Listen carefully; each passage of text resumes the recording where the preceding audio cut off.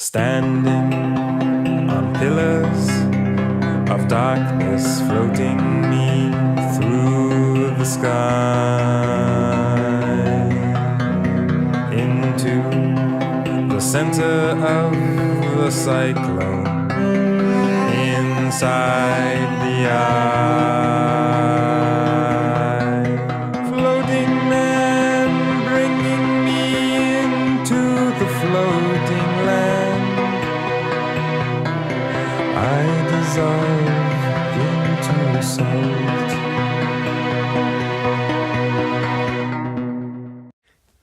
All right. Okay. Hey, everyone. Hey, this is Ashkahn. And Graham over here. Boom. This is going to be a good one. Yep. Today's question is, I recently had a situation where a staff member came to me complaining about another member of the staff.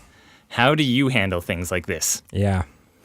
This makes sense. I get a lot of complaints about Graham that I have to deal with. So this is very comfortable territory. And what he does is just ignore all of them and let me keep working here anyway. Just fire. If someone complains about Graham, I fire them on the spot. It's over. So I don't know if I'm on your staff, but if they were complaining about me, that's a really good way to handle it. I'm in full support of that. I mean, to be honest, this is like one of the worst parts of the job, or at least like the most trying to deal with. I mean, managing personal conflicts and human beings it's just crazy. Here's the whole thing to me that feels insane about this, and like HR in general. Like you're taking like the chaos of human interaction and society and like all of that, and then you're putting it inside of a workplace where people are forced to interact with each other, often not based off of your choice. And then it's the company's responsibility to like appropriately deal with whatever possible human interaction can happen. Like it's like the feat, like what you're trying to accomplish. Like, hey, what if we take a bunch of people and put them in a place and somehow magically don't have any of the like difficulty that comes with like how humans interact with other humans throughout the course of all of human history? Like, it's insane. It's insane. It's insane that this is like even, I mean, it feels like an impossible thing to actually create like a perfect workplace where nothing goes wrong. So I don't know if you can tell, but we've had conflicts between staff members in the past. I mean, and nothing's been like too crazy for us or anything like that. I mean, because we talked to our HR person and she tells us stories I can't even believe. Gives us some juicy ones for sure. But it is just so you feel better about yourself. Like to me, it's an impossible task. Like to think that somehow a workplace is gonna avoid the like workplace the nuance of what it means to be a human being and to have to interact with other human beings without you having a control over like who you're around. And so the good news is, I think a lot of staff members also realize that this is a workplace and it is human beings interacting. And so a lot of times, even if there's something that mildly annoys them about a coworker, that's not the kind of thing that they're going to bring to you, right? And if they do and they're just chronically complaining about everyone else, that'll become really obvious, and maybe there's a sign that the problem lies somewhere else, right? And the bad news is that I feel like if something does come up that's legit, it's especially the like environment that's created by how your float center has to operate, I think is especially tough. Yeah. Because you often have like two people working together with nobody else there. And you like that like if you're in a giant office space and like, old like scratchy hands Phil. I really didn't even know where you're going with that sentence. Okay, continue. Old scratchy hands Phil is bothering you, like always scratching his hands, and you're like, get some ointment. But I mean, come on, Phil. Like you can just go away. Like you can just be like, I'm gonna go back to my desk. Or like, there's so many easier ways to not have to be in close interaction with someone in a bigger work environment. I've also never worked in a cubicle, so I'm not even sure if that's true. I'm not sure exactly what's happening. You just go into your tube, I think, and then you can just video chat with everybody. But in a float center, a lot of places have two people working at a time. And often a lot long shifts, and you're with that same person every day, or if there's two people who are working evenings, like you're working with the same person all the time. Or same thing if it's one person working and what you have is someone else coming in after them, and there's just this tiny bit of overlap. But then you have like the tasks that one person was responsible for maybe being pushed on someone else. Like we've seen that kind of dynamic, especially between closing and opening. Is this kind of place where a lot of conflict happens, sure. is the closers and openers. Yeah, so there's like conflict in terms of people, what the work they're doing, and then there's just like personal, like, hey, I think this person was saying things to me in a way that like I didn't appreciate, or stuff that has nothing to do with the actual like tasks of running a float center. Yeah. And then it's also hard because it's, you're also not in a place where there's 10 other people who could have been around to maybe talk about what happened in a more like forensic analysis and figure out why his hands are so scratchy, So I have a first piece of concrete advice to give people. I have a first piece of concrete advice. We should get there eventually. It's nice. Yeah. Talk to a professional. And we are not HR professionals. No. That's not us. But they do exist out there. And the advice they'll give you even differs from area to area, like how you have to handle employees and even what you can do in terms of response to things like complaints, or if you do decide you want to either chastise someone or reprimand them, or eventually, even lead to letting them go. There are steps depending on your state that you might want to take, and that, even if we did know the answers for Oregon, those aren't going to necessarily be the answers for where you are. So talk to someone who does know the answers to those and make sure that, this conflict that's among your staff for now doesn't expand to actually be something that now your business has to deal with in a legal sense, right? Because handling these situations can also get you into some hot water if you don't do it right. Oh, yeah. I mean, it's both extremely complicated in terms of like the emotional complexity of the situations that you're dealing with and handling those appropriately. And this is such a big area for liability and doing things the right way. And a lot of times I find that it's hard to have the instincts of understanding what the laws are. Yeah. There's a lot of laws that protect people against things like discrimination and stuff like that like you can get to a place where you're being discriminated through things that don't seem like it, because you're making a judgment here and that leads to this other thing, and that can be kind of a systematic discrimination. Or there's things that just, they take a second to think through, or they take someone telling you, hey, you shouldn't be doing this because this can lead to these scenarios, to make you even realize that that's a possibility. Yeah. So even if you don't think you're doing anything wrong or being mean, or you're trying to be kind of kind, like, this is a tricky ground. And there's a lot of protection. This differs a lot from state to state, but in general, there's a lot of like employee rights when it comes to stuff like this, mostly because companies have been douchebags for like hundreds of years. Laws have had to be formed to stop them from being such jerks to people. But like, as a result, in certain states, especially like California or places like that, there are pretty strong protections and for Oregon too, for employees. Another one like that. And it's, this is one of those cases where when emotions are running high, when if someone is actually upset, or if this complaint about someone else is going to lead to one of the two of them not being happy with the outcome, that's the kind of place where lawsuits do get filed and where people strike back and stuff like that. So yeah, just again, another reiteration to really dot your I's and cross your T's with this one, and make sure that you consult with a professional who's telling you at least how to put yourself at the least amount of risk, or reduce anything that might be backlash towards the company. So anyway, disclaimer. Yeah. In that sense, and often, like, just to give you, just like an example came to my mind of a good for this. Like, we had a situation once where, again, one of our employees came to me to say something about feeling uncomfortable with another person, and at the start of it asked me to like they're like, hey, can you please just like not tell the other person about this? I just want to tell you and figure out what we want to do from there. And that seemed really reasonable to me. Like, I wanted this person to feel safe coming to me with this and not feel like anything they said to me I had to make public. So I was like, oh, of course, I won't say this to other people if you don't feel comfortable about it. And then I talked to our HR person, and she was like, yeah, you shouldn't say stuff like that, because if they tell you something and all of a sudden what they tell you, you have like a responsibility for some other safety stake or the legal sense to tell the other person they're doing. Like, you now have a responsibility to not hold it to yourself. And now you've kind of just broken their trust saying that you would.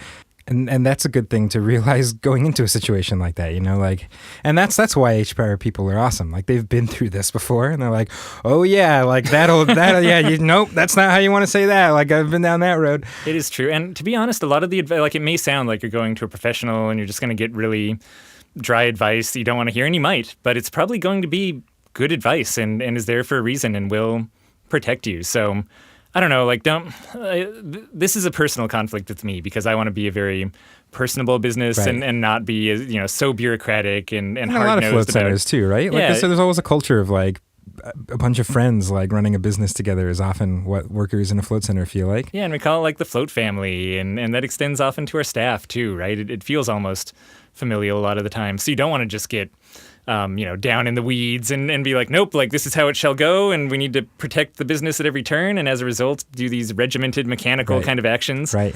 And often the advice you get will be to do things like that, but you can still do it in a way that doesn't suck so much. Or you can be upfront and say, hey, in my putting on my business owner hat, I need to take these precautions, as a result of you coming to me, and this is how we're going to handle it. And, again, now that I've said get advice and things can differ state to state, often what you'll end up doing is also sit down with the other person to hear their side of the story, right? And kind of get a conversation going separately with each of them, so you can at least give the problem a fair hearing from both sides. And that's a really good first step to take. And this stuff is, it's kind of like the sanitation stuff, where I feel like, you could go into like as much depth as you wanted to try to protect yourself and make an extremely rigorous place. And at some point you just have to be like, okay, well, I'm going to take on a little bit more risk because I want to like have a culture that's not insanely bureaucratic or completely impersonal. It's a good reminder. I guess knowing what risks you're taking is important, and then willingly deciding to take them is definitely your prerogative as a business owner, When we talked to our HR person, the two like most pieces of general advice, the two most general pieces of advice is how that sentence works, that I got out from talking to her, and she basically said these to me was basically, don't be a jerk was one of them. She's like, honestly, when people get sued and they get into these situations, when businesses get sued, it's often because the person from the business side who was running it was being a huge jerk. Like nice people don't get sued as often as people who are mean in these situations. So be caring and be nice to people, I think is one thing. And be consistent was the other one I got. It's really good protection to be treating people the same way and consistent with your policies. And where you get into trouble is where someone can point out how they specifically were being treated differently than somebody else. Yeah, those are really good general HR advice. And the other one, this is just something I personally feel like I've been thinking about as I learn more about HR. But HR is often there. The structure of kind of HR, especially in bigger companies, is really there to protect the company. That's kind of the structure. That's kind of like the purpose of having HR and paying for it is like it seems like this really nice thing for your employees, but it's often like how you're protecting yourself as a company from being sued by employees. And to me, I've always felt that like that is at least a little bit messed up. Like I want HR to be like in my ideal world, HR is there to protect the employees and to fight on their behalf as well. And it's not just this like legal defense against someone trying to sue you who works for you. So I don't. We're not like a huge company, so it's not like this has made a big difference to us. But I made it clear to our staff that I was not trying to think about it that way, and that like here is the phone number for our HR person, and we put her on retainer, and so she'll like all of our staff can call her and talk to her if they want to. If they don't feel like talking to us is something that they feel comfortable with, or if maybe it's something about us, or if it's just something they want to talk to a more trained person about. Like that's how I want people to feel about HR, because I kind of feel like it's going to go better that way. If someone's like is having an issue and decides to reach out to our HR person who's extremely well trained on how to handle stuff like this and knows the legal requirements and has experience getting people to work through these issues without problems arising, like that sounds way better than them coming to me about it anyway. So and that's really, I think it's honestly really active advice that just about anyone could adopt. And I doubt many float centers out there have it, just because until you've even had your first kind of employee conflicts, it's not something you realize or think about that much. But I feel a lot better about leaving our business to kind of run just with managers and on its own devices, knowing that people there have access to an HR person to talk about. I guess really find an HR person, because it's not like you have to hire someone to be in-house HR and run your payroll and all that sort of stuff. Find someone that you can just reach out to when a question comes up.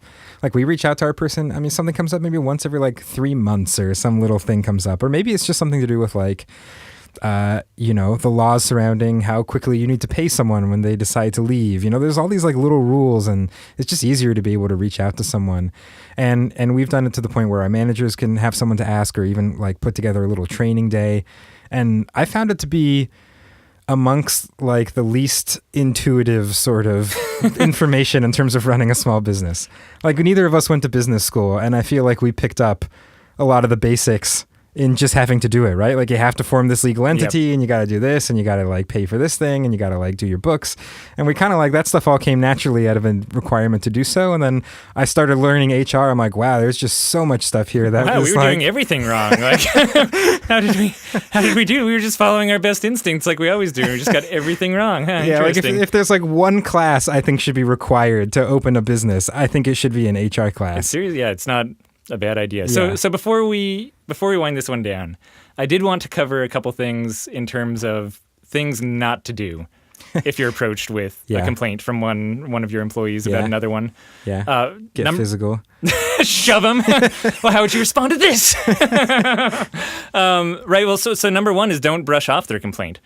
Don't say, oh, they're just like that, or like, oh, you're just being sensitive, I'm sure it'll be okay, or, well, let's see if it happens again kind of thing. Like, that's the absolute wrong way to handle that, right? At the point that someone's coming to you and complaining, taking them seriously and putting weight on what they're saying and at least for the time being, trusting what they're saying, at least to look deeper into it is absolutely essential, right? I mean, that's one of those things that can come back to haunt you is just brushing something aside and then it gets to be an even bigger problem. You're like, oh, wow, I made a huge mistake. Like, I should have listened to them. Number two, just trusting exactly what they say and going and disciplining or firing the other employee without hearing out their side or doing a little research yourself or talking it through, right? Yeah, don't do that. Yeah, don't do that. Yeah, exactly. So those are like the number two or the numbers 1 and 2 responses that I would absolutely recommend against, right? Which is basically just either totally not listening to someone or totally trusting them.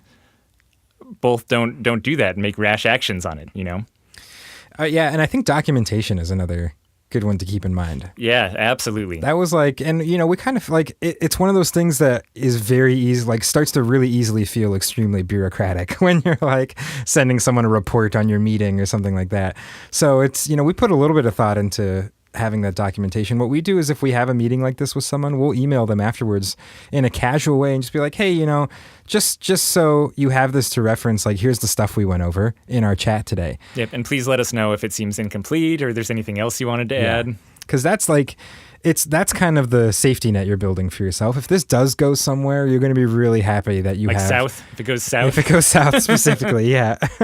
You're going to be really, really happy that you have this documented. Like, you're like, here, like, I have this email. It said these things. They didn't respond saying anything was wrong with this, like that kind of like, hey, does this look right to you? And people seeming okay is kind of like, yeah, this is the general like scope of what happened. Yep. And as much as that sounds kind of like an informal process, and you should also check with your HR person, rules like this can be different state to state, but just having something that's timestamped like that can't be faked, like an email. You have verification that you sent it from your email, that it was sent to someone else's email address.